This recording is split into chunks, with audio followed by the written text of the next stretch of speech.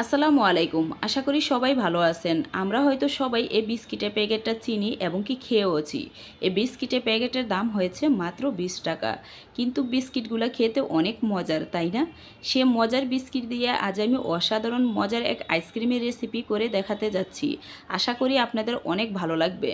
প্রথমত আমি বিস্কিটের প্যাকেটটা ছিঁড়ে বিস্কিটগুলো বাহির করে নিচ্ছি। এক প্যাকেটের ভিতরে 13টা বিস্কিট থাকে। আমি 13টা বিস্কিটই নিয়ে নিচ্ছি। এখন আমি হাত দিয়ে ভালোভাবে চেপে চেপে বিস্কিটগুলো গুঁড়া করে নিব। আপনারা চাইলে ব্লেন্ডারও গুঁড়া করে নিতে পারেন, কিন্তু তার প্রয়োজন হয় না। হাত দিয়ে এভাবে গুঁড়া করে নিলেই হবে। প্রত্যেকটা বিস্কিটই আমি ভালোভাবে গুঁড়া করে নিয়েছি। এখন আমি বিস্কিটগুলাই একপাশে রেখে চলে যাব চুলায়। চুলায় একটা কড়াই বসিয়ে দিয়ে দিচ্ছি 13 টেবিল চামচ চিনি। আমি 13টা বিস্কিট নিয়েছি, তার জন্য আমি 13 টেবিল চামচ চিনি নিয়েছি। কারণ বিস্কিটে কিন্তু এমনিতেই অনেক চিনি থাকে। আর একটা বিস্কিটের জন্য 1 টেবিল চামচ চিনি আমার মনে হয় পারফেক্ট মিষ্টি হয়। তারপরেও আপনারা আপনাদের স্বাদ অনুযায়ী মিষ্টিটা দিয়ে নেবেন। এখন আমি চিনির ভিতরে দিয়ে দিচ্ছি 1 টেবিল চামচ পানি।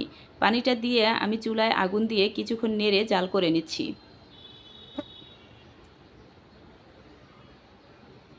তো কিছুক্ষণ নেড়ে নেওয়ার পরেই দেখবেন এরকম সুন্দর একটা কালার চলে আসবে। যদি আপনারা আইসক্রিমের কালারটা হালকা চান, তাহলে ক্যারামেলের কালারটা হালকা হয়ে আসার পরেই আপনারা 1 কাপ পানি দিয়ে দিবেন।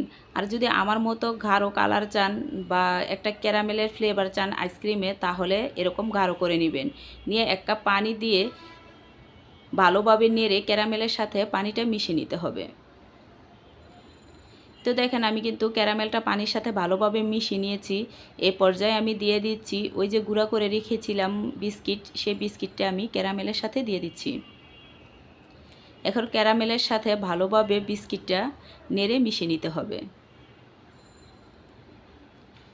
যখন বিস্কিটটা এরকম নরম হয়ে আসবে তখন কিন্তু অনবরত নাড়লেই বিস্কিটটা অনেকটাই গলে যায়। এ পর্যায়ে আমি দিয়ে দিচ্ছি 500 ml দুধ। মানে কেজির মাপে আধা কেজি দুধ, আর কাপের মাপে যদি বলেন তাহলে বড় কাপের 2 কাপ দুধ আমি এখানে দিয়ে দিয়েছি। এখন দুধটাও কিছুক্ষণ সময় নিয়ে ভালোভাবে নেড়ে বিস্কিটের সাথে মিশিয়ে নিতে হবে। দেখেন কি সুন্দর একটা কালার চলে আসছে। আমার মিশানো হয়ে গেছে। এ পর্যায়ে আমি দিয়ে দিচ্ছি একটা মিষ্টি ফ্লেভার পাওয়ার জন্য 1/2 টেবিল চামচ এলাচের গুঁড়া, আর দিয়ে দিচ্ছি তার টেস্টটা বাড়ানোর জন্য বাদামের গুঁড়া। এখানে আমি কাজু বাদাম প্রায় 15-20টার মতো গুঁড়া করে নিয়েছি। তাতে কিন্তু তার টেস্টটা খুবই ভালো আসে। আপনারাও চেষ্টা করবেন অবশ্যই এই বাদামটা দিয়ে নেওয়ার জন্য। যখন খাবেন তখন মুখে লাগবে আর খেতে অসাধারণ মনে হবে। এই তো বাদামটা দিয়ে বেশিক্ষণ সময় জাল করে নিতে হবে না, প্রায় 2-3 মিনিট জাল করে নিলেই হবে। এখন চুলাটা বন্ধ করে অনবরত নেড়ে দুধটা ঠান্ডা করে নিতে হবে। এই তো দুধটা আমি ঠান্ডা করে এরকম একটা মগে নিয়ে নিয়েছি মল্টে ঢালার সুবিধার জন্য। আমি এখানে কুলফি আইসক্রিমের মল্ট নিয়ে নিয়েছি। এখন আমি একে একে আইসক্রিমের মল্টে আইসক্রিমের ব্যাটারটা ঢেলে দিচ্ছি। এই আইসক্রিমগুলো কিন্তু দেখতেও অসাধারণ হয় আর খেতেও কিন্তু অনেক মজার হয়। ছোট বড় সবাই কিন্তু আমরা আইসক্রিম পছন্দ করি। আর এই গরমে তো আইসক্রিম মনে হয় যে প্রতিদিনই খাই, তাই না? এই তো দেখেন আমি কিন্তু আইসক্রিমের মল্টে ঢাকনাগুলো দিয়েই ঢেকে দিচ্ছি। আপনারা চাইলে এ পর্যায়ে কিন্তু আইসক্রিমের কাঠিও দিয়ে নিতে পারেন। এখন আমি এরকম একটা মল্টও ঢেলে নিচ্ছি। অবশ্যই বাসায় এই আইসক্রিমগুলো বানিয়ে খাবেন, দেখবেন মুখে দেওয়ার সাথে সাথে মিলিয়ে যায়। আর যাদেরকে খাওয়াবেন তাদের কাছে যদি না বলেন যে আপনি আইসক্রিমগুলা বিস্কিট দিয়ে বানিয়েছেন, তাহলে কিন্তু তারা খেয়েও বুঝতে পারবে না এতটা মজার এই আইসক্রিমগুলা, আর বারবার খেতে চাবে। এই তো দেখেন আমি এই মলটাও কিন্তু আইসক্রিমগুলো ডালা হয়ে গেছে। এখন আমি এটাও ঢাকনা দিয়ে ঢেকে নিচ্ছি। এখানে আমার 12টা আইসক্রিম হয়েছে।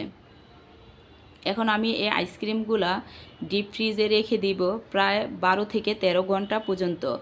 আমি আইসক্রিমগুলা বাহির করার সময় পাই নাই, আমার মেয়ে বাহির করে নিয়েছে, সেজন্য আমি আইসক্রিম মল থেকে বাহির করার ওই ভিডিওটা আপনাদেরকে দেখাতে পারিনি। তারপরও দেখেন আইসক্রিমগুলা কিন্তু দেখতে অসাধারণ হয়েছে, অনেক লোভনীয়।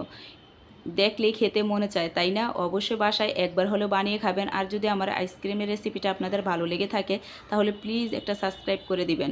আজ এখানেই বিদায় নিচ্ছি। খোদা হাফেজ।